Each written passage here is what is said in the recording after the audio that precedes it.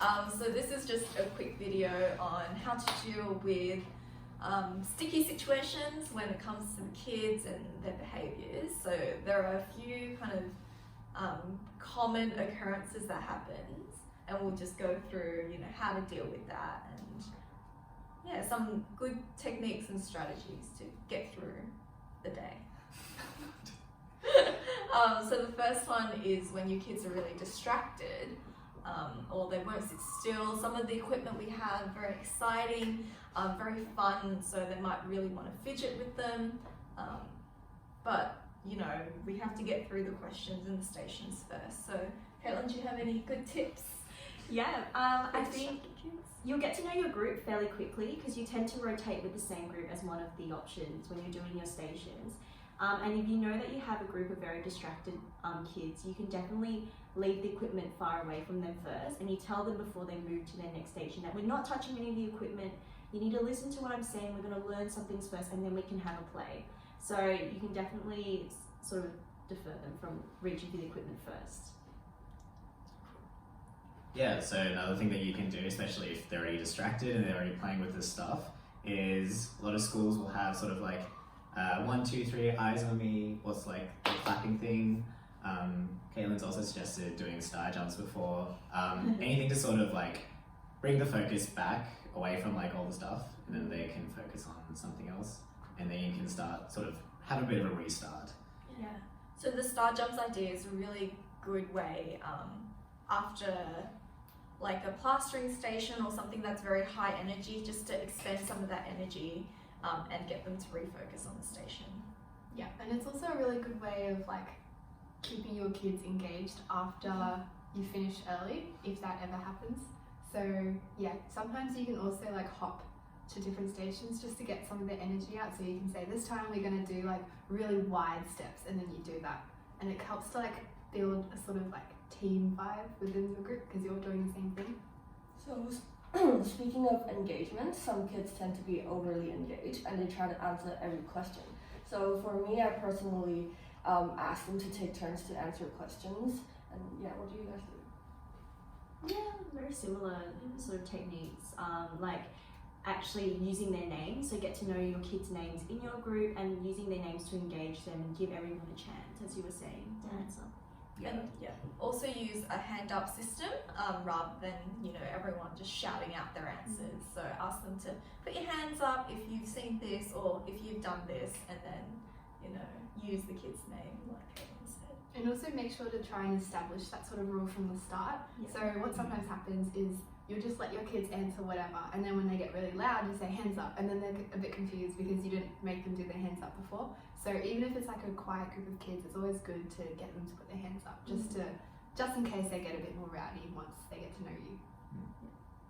So with kids who always answer the question, we also get kids on the opposite end of the spectrum who are very quiet and shy. So do you guys have any good tips to dealing with that? Oh, I asked that kid, oh, do you want to try answering this question, or do you have any idea on what's the answer to this, or something like that? Yeah, mainly engaging them, especially in like the X-ray station when they're getting to evolve their own teddy. You can say like, oh, do you want to go first? And like getting the hands up system really works, because then if they put their hand up, you can be like, why don't you tell me a little bit about it? Another thing you can do is in some of the more downtime stations, like the colouring station, maybe try to praise their work a lot. Not more than the other kids, but make sure you make them feel a bit special so they can open up to you a little bit better. And just during all the other stations, make sure that they're not left out, or if there's only a limited number of chairs, make sure they're not always the one that's left standing. Yeah, that's probably another thing. With our stations, we normally spend 5 to 8 minutes, so a lot of the time some kids might not get a turn at all the equipment, so just make sure that across the 8 stations that we do run, that each kid gets a fair amount of time with like the equipment and stuff, so not always one kid is having all the fun. Another issue that we've seen is some rough handlings with our Big Ted.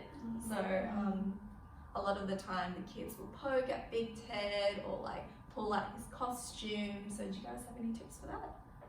They're very proud of themselves when they discover that it is a costume. Yeah. Sometimes they'll try to hug Big Ted and then try to like undress him. So when that happens, just make sure you're watching your kids when they're interacting with Big Ted. And if they're getting a bit rough, just allow them to do high fives or like fist bumps, even though they can also rip the hands off.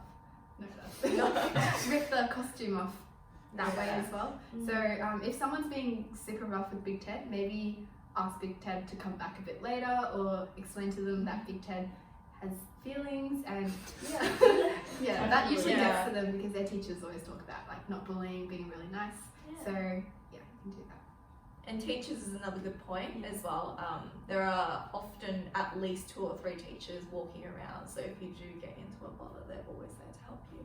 And they're like trained professionals at children's behaviour as well, so they're really good at settling the kids down. If you are being a Big Ted and you're being harassed and nobody's helping you, what you can do is, because you're technically not meant to talk, you can just use body language, like maybe curl up to protect yourself in your costume. And then if you pretend to cry, then someone will notice and come over and help you. Yeah, and that's a good point as well. Big Ted does not talk. Yeah. Don't talk. Also, don't hit the kids back.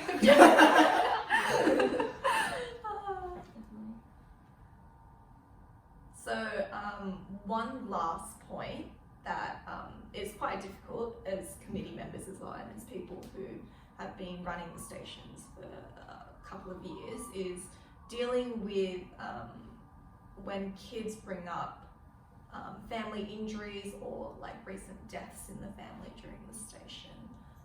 So I think you had an example. Yeah, so I think there's definitely some like sensitive situations that kids might bring up. And I think something to consider first of all is most of the kids that we're helping are in that prep tier 1 age, so they don't really have a very developed, rounded idea of what death means or what injury means. So just keep that in your own mind as well, that they don't have that full grasp of it. So some kids react really sort of like happily, like they're just sort of saying it because it's a new event that's happened in their life, whereas some kids will actually be very genuinely sad. So I think first of all, just acknowledge your own feelings as a teddy bear doctor or someone volunteering in this situation that, you know, you might not have all the skills to deal with something. So definitely get a teacher involved if you're uncomfortable.